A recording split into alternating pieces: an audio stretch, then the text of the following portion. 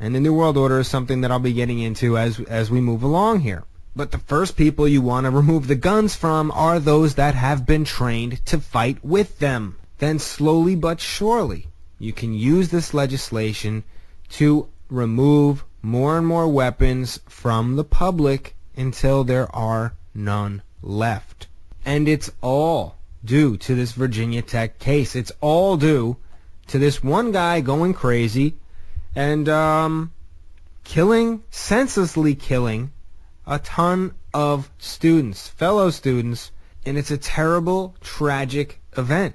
And to be blunt, it stinks the same way having a mall shooting, followed by a church shooting, followed by another church shooting, which ended in the security guard, an armed security guard at a church, shooting the perpetrator, who then shot himself in the head. I mean, it's a whole lot of guns, a whole lot of shooting that doesn't make a whole lot of sense. And the timing, of course, it just piggybacks and piggybacks and piggybacks.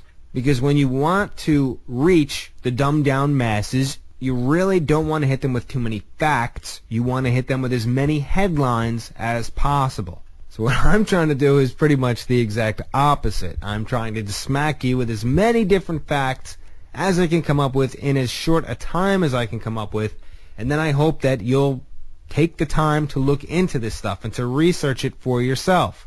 So what I want to do is kind of get back to this idea of mind control, or tricking the mind, making people think they're seeing something or perceiving something that isn't really there, manipulating thought processes, manipulating people, taking advantage of the fact that we are flesh and blood, and as such that we are fallible. And there are technologies that can basically make us go haywire.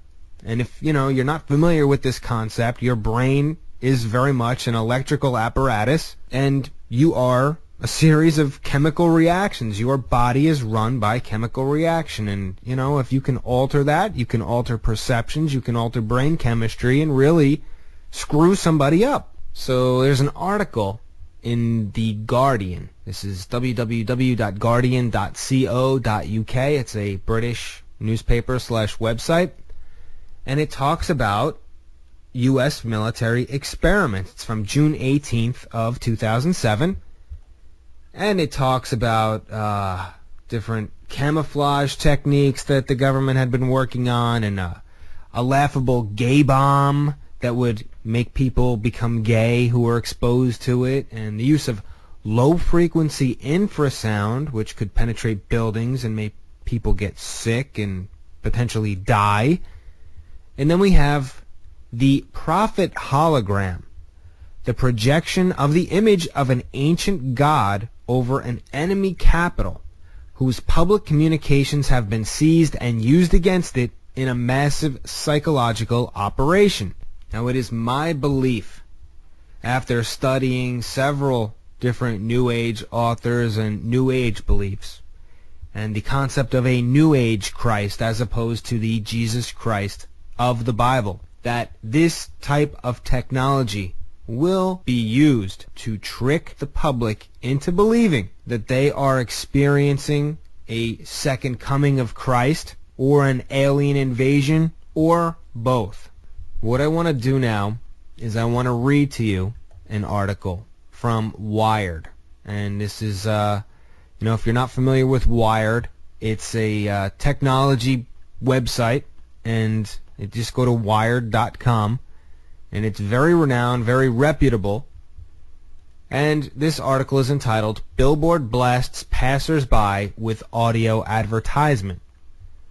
Walk by the billboard for the new A&E show Paranormal State on Prince Street in Manhattan, and you could find yourself targeted by a narrow beam of sound projected from the ad, using technology from Holosonics, which specializes in creating audio spotlights that are audible only to the person whose cranium they hit. It's possible that not even earplugs will keep the beam out, according to Ad Age. The sound is contained within your cranium. The voice apparently says, "Who's there? Who's there?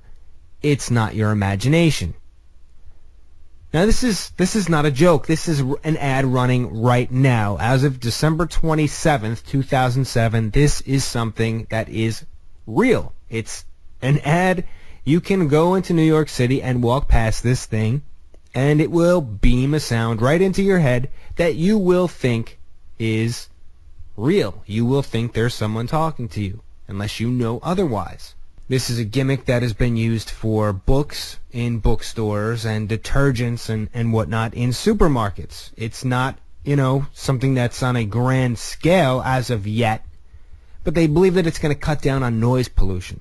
And in the meantime, they can beam the ad right into your brain.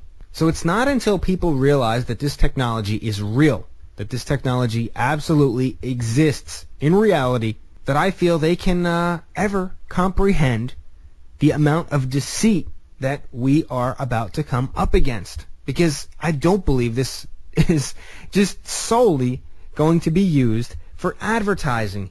In that article, it's very clear. This type of technology, this idea of tricking people into thinking they're seeing or experiencing something supernatural, is a government plan. This is a military thing. This isn't just an advertising thing. And in the meantime, they can perfect this stuff. This is a technology that is in its infant stages. And in order to get it to really work and really be convincing on a grand scale, they have to test it out on as many people as possible.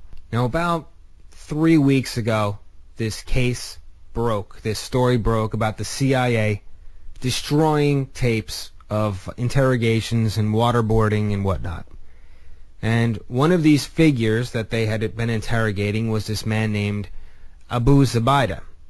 Now, there was a former CIA agent that came out and spoke out about the tapes, and he said he didn't think that the tape should have been destroyed, and he didn't think that it was torture at the time, but now he does. He thinks waterboarding is torture, whatever. It's irrelevant, okay?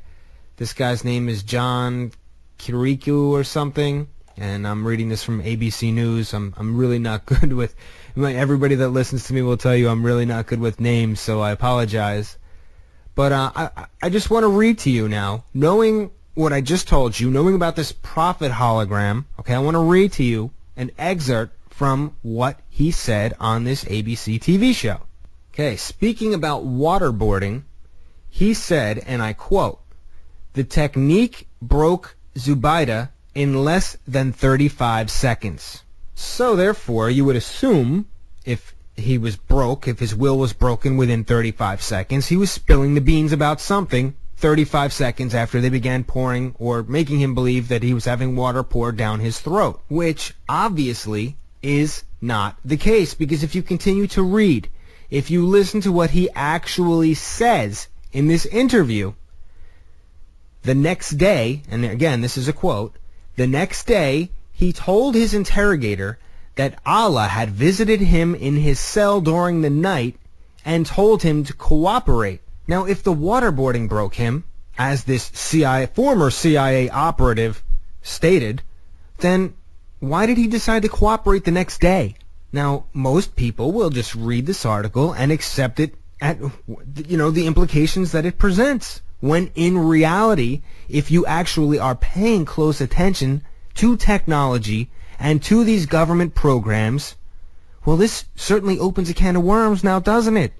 Did Allah actually appear to him? I mean, this sounds almost like a cop-out, like, oh, he was tortured and he could just kind of said, oh, Allah visited me and I think I should cooperate. Well, 35 seconds after he had the water poured down his throat, Allah didn't show up. Allah showed up the next day. And heck, you know what? I'll go out on a limb and say the tapes were destroyed because they would have revealed this technology being used on this guy. They videotaped this technology, scaring the living daylights out of him, making him think that he was in the presence of Allah and getting him to go along with this interrogation process. And I believe they don't want you to know about it because at some point they're going to use this technology against you.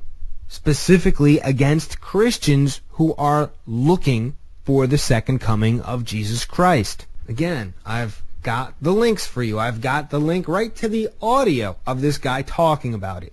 And in the interview, the guy interviewing him says, "Oh, how do we know that we can trust that you're not just